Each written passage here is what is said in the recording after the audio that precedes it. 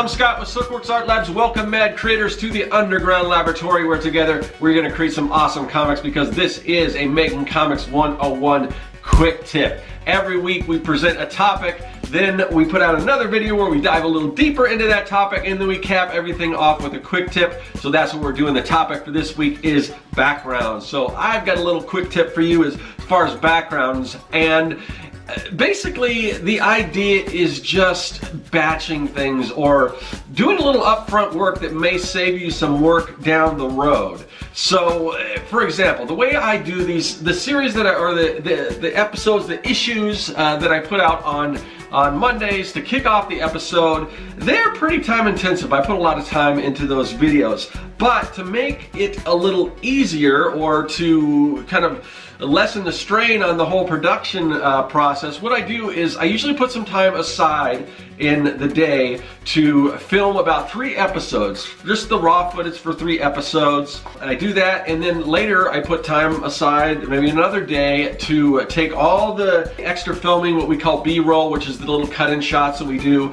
film all that stuff, and then I take another day or so, and then I do all the editing. Now I could easily take one video and do, film one video, then I can, shoot all the stuff for the B-roll, and then I can edit it, and I can do those one at a time. But the thing is, what helps is, because you're taking one particular task and you're multiplying that, you're already in the same like headspace. You've got, if I'm filming, I'm already here, I've got the lab coat on, I'm doing this, I'm in the studio, so I can shoot all that stuff at once without having to break things down, set things back up, and plus, like I said, you're in that same mindset. So that's a process that I use to be a little more productive. But I think you can take that and you can translate that into creating backgrounds. For instance, a lot of people don't want to draw backgrounds. It takes a lot of time. But if you spend, like I said, if you spend that time up front, I think you can build sort of a library of things that you're going to use for your backgrounds that you can reuse, tweak a little bit, change things.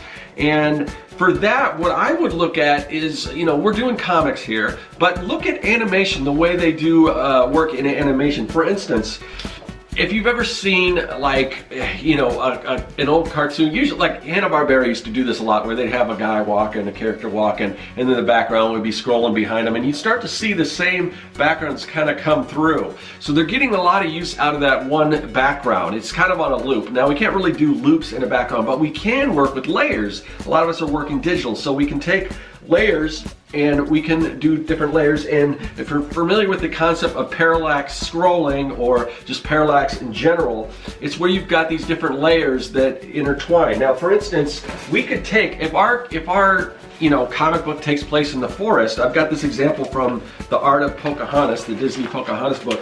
Look at this big long background. Now, for instance, if we do a frame here, or a frame, we could draw this big background. If we do a frame here, and we can also zoom in, we can pan away, but we get a lot of use out of this particular background, and we can get even more use out of it if we do sort of that parallax idea. So here we've got, which is essentially what we could do with layers if we're working, digitally with our comic, but we've got our background here.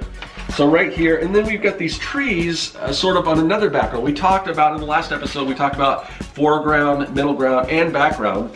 But if we've got these different layers, then we can kind of, not only can we move the background, we can move the middle ground. So we could almost take just these 2 drawings and make a bunch of different scenes by moving things around a little bit. Like if you were to have that character walking, you're not going to see, you may see that one background go over in a loop, but if you've got another, like a middle ground, another layer with some sort of more upfront trees that are kind of moving not at the same speed, then it looks different, even though, so you're not seeing that same background. It's repeating, but your eye's kind of thrown off because you've got another background that's moving as well. Now, with comics, again, we're not using moving pictures, but with these different layers, we can kind of switch things around. We can create different elements. So if we know what our story is going to be, for instance, if it takes place in a forest, we can draw maybe a big background that we can get a lot of different uses out of, and then maybe break it up into background, middle ground, and maybe even foreground. and we can kind of use those and just drop those into our backgrounds in back of our characters, and we can get a lot of use out of that. So maybe a little upfront work in the beginning could save us a lot of time in the end, and we're not going to constantly be redrawing those backgrounds and everything. So anyway, that is my quick tip for today. Hope that helps, and I will see you guys next week, and that is all. Hey, thanks for watching. If you like what you saw and you want to see more, hit that subscribe button. Also, you can follow me at Serkworks on social media, and now you can support the work that I do on Patreon. Do you like making comics? Then go to Serkworks.com and pick up the Comic Maker Starter Kit. It's packed full of fonts, brushes, templates, and more, and best of all, it's totally free.